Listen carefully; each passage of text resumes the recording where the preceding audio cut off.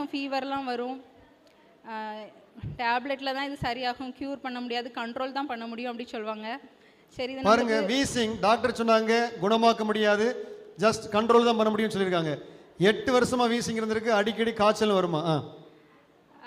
நான் அதை பெருசாக எடுக்கலை, அப்படி டேப்லெட் சாப்பிட்டே போயிட்டேன். அப்புறம் இந்த மே மாதம் சர்ச்சு கன்வென்ஷனுக்கு அண்ணன் வந்திருந்தாங்க. இவங்களை பற்றி ரொம்ப தெரியாது, எதுவுமே தெரியாது. ஆனால் வந்து நான் நல்லா ப்ரேயர் பண்ணிட்டு வந்தேன். எனக்கு இந்த கன்வென்ஷனில் ஏதாவது ஒரு அற்புதம் நடக்கணும் அப்படின்னு ரொம்ப ப்ரேயர் பண்ணிகிட்டே வந்தேன்.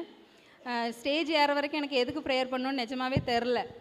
கிட்ட வந்த பிறகு சும்மா வீசிங்னு சும்மா தான் சொன்னேன், நிஜமாவே நான் அதுக்கு ஆயத்தப்பட்டுலாம் வரல. அண்ணன் விசுவாசிக்கிறியான்னு கேட்டாங்க. ஆனால் நிஜமாவே எனக்கு விசுவாசம் இருந்தது, ஆமாம் சொன்னேன். என் தலையில் தான் கை வச்சாங்க, டொப்புன்னு கீழே விழுந்துட்டேன். எனக்குள்ளேருந்து ஒரு அசுத்த ஆவி வெளியே போச்சு. அதுலேருந்து எனக்கு ரொம்ப விடுதலை, அந்த நேரத்துலேருந்து விடுதலை. நான் நெக்ஸ்ட் டேலேருந்தே எனக்கு விடுதலை ஆகிட்டு அப்படி நான் நிஜமாவே நம்பினேன். கிட்டத்தட்ட 4 மாதம் ஆகுது எனக்கு. அதுக்கப்புறம் இன்னும் ஒரு நாள் கூட வீசிங்கே வரல. எல்லாம் கரங்களை தட்டுவோமா? ஹல்லேலூயா. ஒரு நாள் கூட 8 வருஷமா இருந்த வீசியை கர்த்தர் எடுத்து போட்டுருக்கார். ஆமென். தேவன் ஜீவிக்கிறார். ஆமென். மெடிக்கல் சொல்றாங்க கண்ட்ரோல் தான் பண்ண முடியும், சுகமாக்க முடியாது. ஆனா கர்த்தருக்கு லேசான காரியம். ஹல்லேலூயா. ஆமென்.